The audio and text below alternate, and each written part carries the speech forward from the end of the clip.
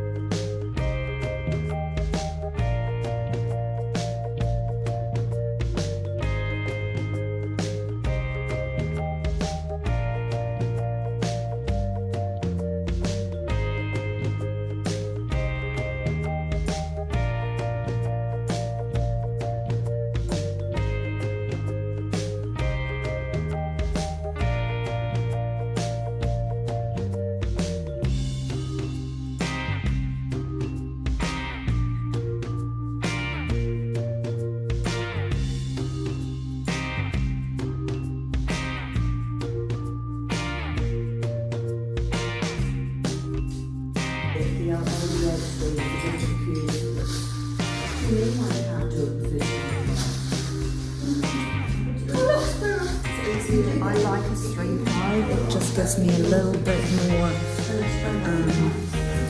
colour and barley pollen because of the weight types without, because I'm not very good at chain plying for a rounded yarn, and it just gives me a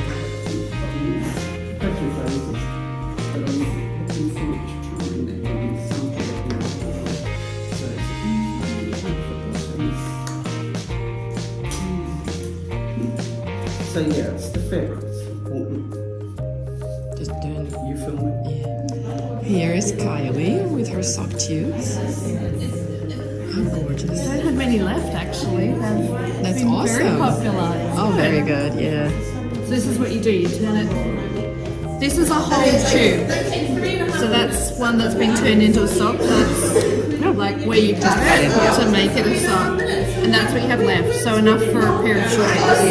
Yeah. Where can we find you and where can we order? Yep. So I'm on Instagram as the sock engineer. That's my. So I am at the sock engineer on Instagram, TikTok, and YouTube. Yeah. I still don't have any content on YouTube though. I have a bit on TikTok. So what I do is I post my tubes when I've made them and people can order them. They're $30 a tube. And I also have some matching bits and bobs for $7.50 for 25 grams, which is enough to do the heels and toes on two pairs, which is what you need. Because you can get 2 pairs out of one tube. Yeah. And can people like give you their own yarn? So that Absolutely. Yeah. So yes, I do it for order, and that's only $15 for a ball. So excellent. Yeah. And I do the 2 different sizes too. So the 64 tends to suit women, and the 72 tends to suit men. Right. Yeah. So yeah. Awesome. So you're having a class? I am. I'm doing a class this afternoon. It's my first one, so I hope everyone's gentle on me. It's going to be a huge class. I've got 12 people who've pre-ordered, so that's good. And I think I'm going to have a couple of extra ring-ins too. And yeah. Can I pop in? Absolutely, absolutely. Please do. Yeah. Okay. It's so simple. You're literally just doing toes. You don't even have to learn heels. It's just toes.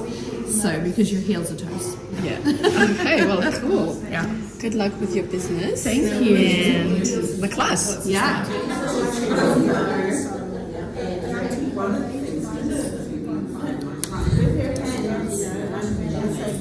You don't have enough stuff to go one, like to you gotta be moving forward with your hands. Yeah. This is an interesting way of knitting. Portuguese.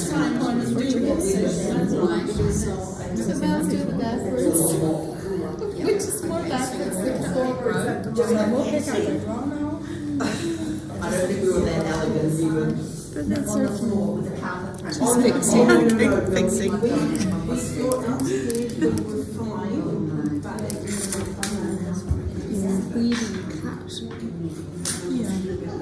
Just that one stitch?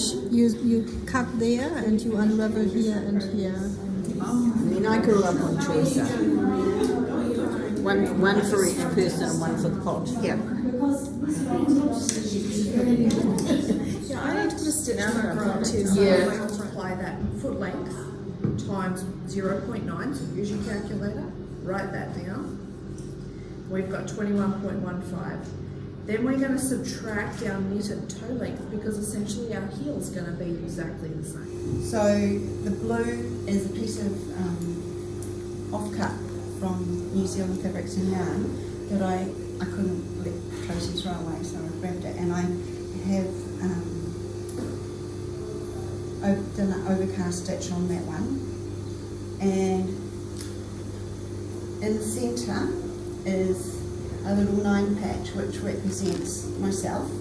I've used some vintage velvet and some eco-dye fabric, and then I've incorporated that into a larger 9 patch, and this came into the op shop and it was already this colour. So that's what I've done there. So this is about the self and having myself at the centre. And then the next month it was about home. Just pull that up. So this one is about home. So I have the log cabin. Yeah, so the log cabin represents home. Eclectic 1970s house with horse tapestries on the wall, mustard walls, blues and purples. And yeah, it's just a gorgeous vintage house. I love it. So I think I was heavily influenced by her by her decor with the colours that I chose. A lot of the fabric is from pillowcases. One's from a valance that had been stained, but it was beautiful linen. Again, this little 9 patch here represents myself with the red of me in the centre, so I've sort of stitched around that. I've done a toe and I've started the heel. Well done.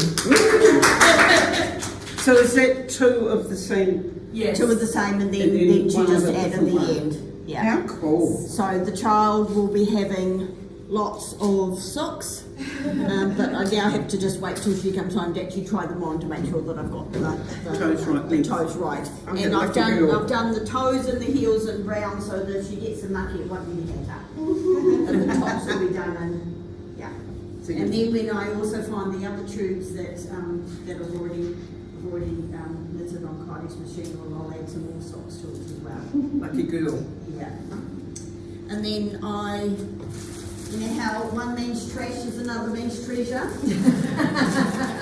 This was Nicole's, but I've just bought a loom stand for my 8-shaft table loom, and I bought a treadle kit, so I'll actually be able to use it again, because I haven't had anywhere to put it. So this is going to be one of my first packing blankets. So thank you, Nicole, she put a photo up. And then these were just my spinning for the weekend, where I've been splitting fibres and practicing with things. And my first diz off the packle, so I only wrapped my fingers once, and it hurt. It teaches you not to do it again. Not to do it again. So that was, and this was the class that I was teaching.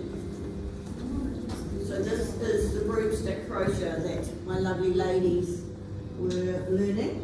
And they're zooming as well. She is zooming ahead, the others sort of went, and we might get it. It is, as I said in my bird.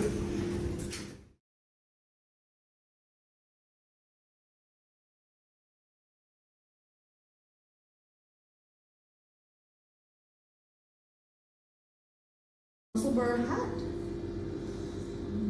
Yeah, so that will also come to Iceland, Finland. And I've got all my Tour de Fleece stuff, so I did some. Oh, I never thought to bring my tour. Yeah, because it's the last day of Tour de Fleece today. So I've got some very poorly done beehives, some of them.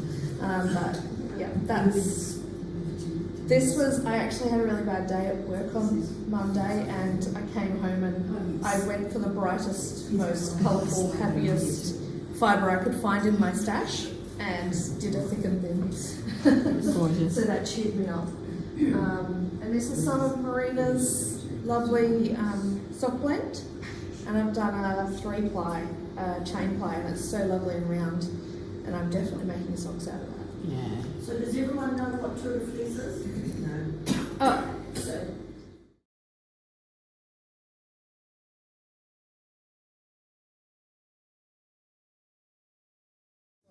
It's something Cloudburst That's it, cloudburst. Yeah, I've got the pattern. and free pattern. I did make a mistake, but I have to. In the end. Yeah, but she's done them in the design air, and they work. And I've got some balls of that. So I thought I'd make Yeah. some of that. And she claims that you can do a pair from one ball, which is 25 grams. I just so what paired. wool did you use? This is my club, Mermaid's Treasure Club, and mohair. And yeah, they're quite cool. I mean, it's very easy to make, and you can do less repeats, more repeats, whatever you want. Shall I continue? Keep going. I finished this pair here. This one I started on Friday. Finished yesterday because it's a DK weight socks, so they're quite fast. And again, this is the Mermaid's Treasure Club, July Club. And I just thought I'd show you the gnomes. So January, February, March, April, June, and July? No, something I missed because I'm making the July one. Yeah. Still working on June. Yeah, I'm still doing the July. So January, February, March, April, May, June. And they're all by Sarah Shearer of the Imagined Landscapes. And the most thing that I'm proud of, oh, there is some fiber ice on I'm very, very proud of this, and this is my Facebook and real life. hand spun. Just in your photos, Marina, that's even better. Yeah, but the best thing is to cuddle in it and to sleep under it and just, yeah. My daughters use it as like a tent roof or I don't know. So is it a 10 stitch or? It's the cabin log blanket. Well, it's supposed to be like the same, That's different from the Yeah. but I just decided to go around and around. So basically, it's very easy because all you do is just knit all the time and pick up stitches. And I used the Jumbo Jumbo. That's why I was so happy when I won that, because I want to make a blanket for myself.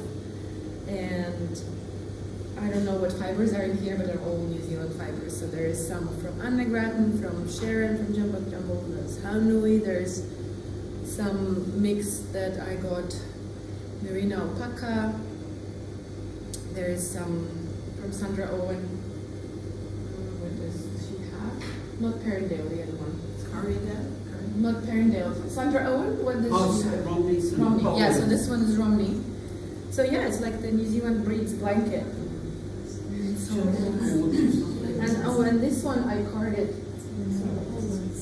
and I remember because my daughter was still small when I did it, so I held her like that and I was carding. My friend was turning the thingy, and I was, yeah. So Beautiful. that's what you do when you have a lot of hand fun. You do a blanket. Only one more, so yeah, not that much. So this is my bowl sofa. Silver threads, work in progress. It's slow stitching. Yes, exactly. And the other day I finished my double time. And I bought the Pulse, Skeins Pulse, and I wasn't that overly excited with the color. And I got the Chatsworth with it, and after, and ordered that one. And then I combined them on striped and then now I'm happy with the color, because initially I wasn't that impressed, but now I really like it. Yeah, so, it's beautiful. That's yeah, lovely. it was gorgeous. So what's the picture? And so for these two here, it was just tea bags. And then I went to see my friend in Coromandel, and we went to Waikino and went to the Victoria Battery, and I was looking out for a piece of rusty metal, which I found here. So from that day on, I added this piece of rusty metal from Victoria Battery. And so a cup of tea and dyeing every day, and then stitching every day, changing as the moon cycles changed. And then we get to the new moon up here, and I had one of those fabric tea bags. That's supposed to be silk, but probably isn't. So I opened up the tea bag and put that over the new moon. And then I continued on. I found, I think this was when I went for, that's right, I went for a walk to the beach with my friend Annie and picked up a bottle cap. So from that day on, I added the bottle cap and the Victoria Battery. So it's like a little journal. And so I just continued on adding a little bit of the red fabric until I ended up house sitting at my friend Bernadette's house, and I was deadheading her pansies, so I've added the flowers onto the fabric with the tea bag and the rusty metal and so there's those colours through there. So that was the journey of the month, which Wow. we're going to add to my quilt, even though it's not really in the thing, but it works. So That's lovely. yeah. Gorgeous. Thanks for sharing that. That's what I've been up to.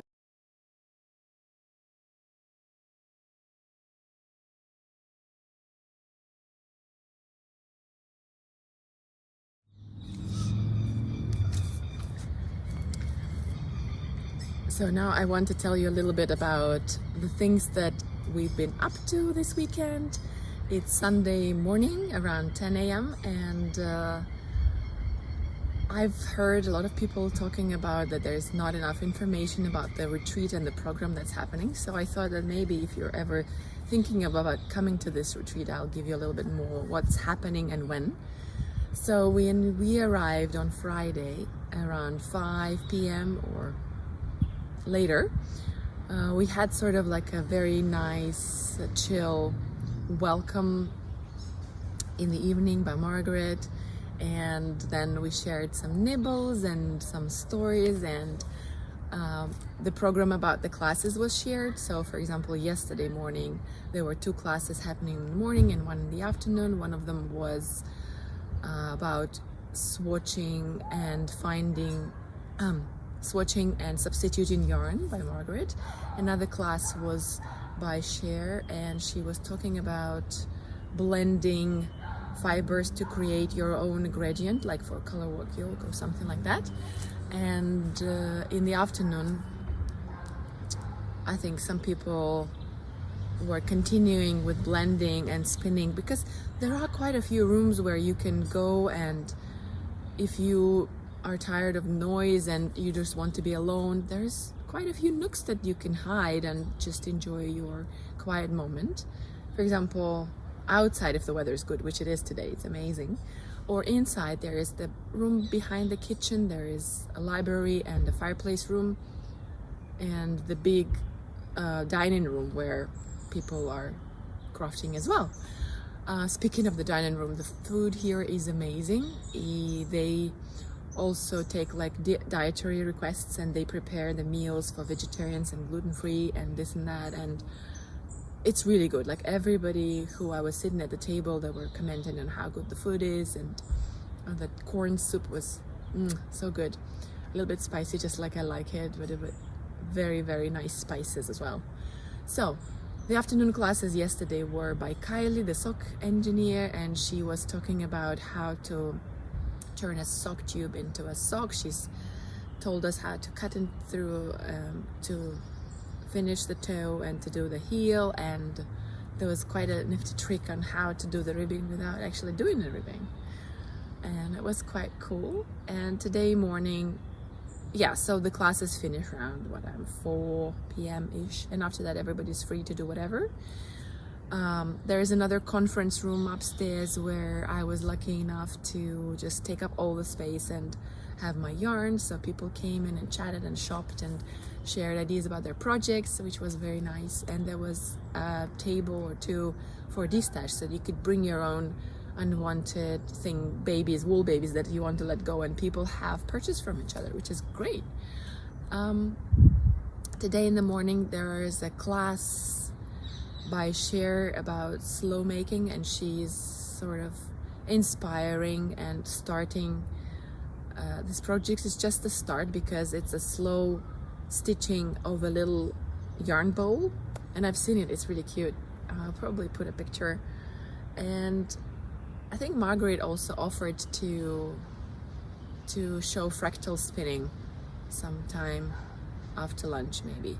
And also another class in the morning today is broom stitch crochet stitch, with the big needle and a hook, which is a really nice stitch, and I have done a scarf ages ago with that stitch. But that's the program.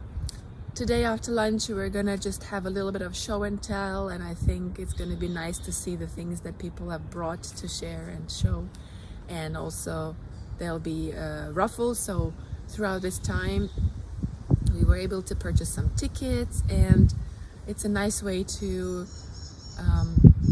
contribute into charity for the Middlemore Foundation, and Jam is in June, and it's just a little bit of extra fun happening here. And I think everybody's leaving around 3:30 or 3 to 4 p.m. today. So I think that's a great full-on 48 hours of crafting time, however you want to spend it. Like some people have been spinning outside, they took their wheels outside, and the weather is so warm today. Like I don't even need my puffy jacket, I just have my sweater and a t-shirt, so that's great. What else did I want to say? Yeah, so this is what you can expect from a knitting retreat at this beautiful center. The rooms are quite small but nice. I found the bed comfortable, and there's a little sink inside the room, and yeah, that's all you need basically, because you just sleep there. So I hope this will inspire you to come and join one of the retreats by the Creative Fiber people, and maybe I'll see you there. So thanks a lot for watching. If you want to comment down below and ask me questions, I'll be happy to answer those. It's always nice to be supported by you lovely viewers. So if you feel like giving me a thumbs up or subscribing, that would be very, very much appreciated. Thank you so much. So that's it. Thanks for watching. Have a lovely weekend or time of the day, and goodbye.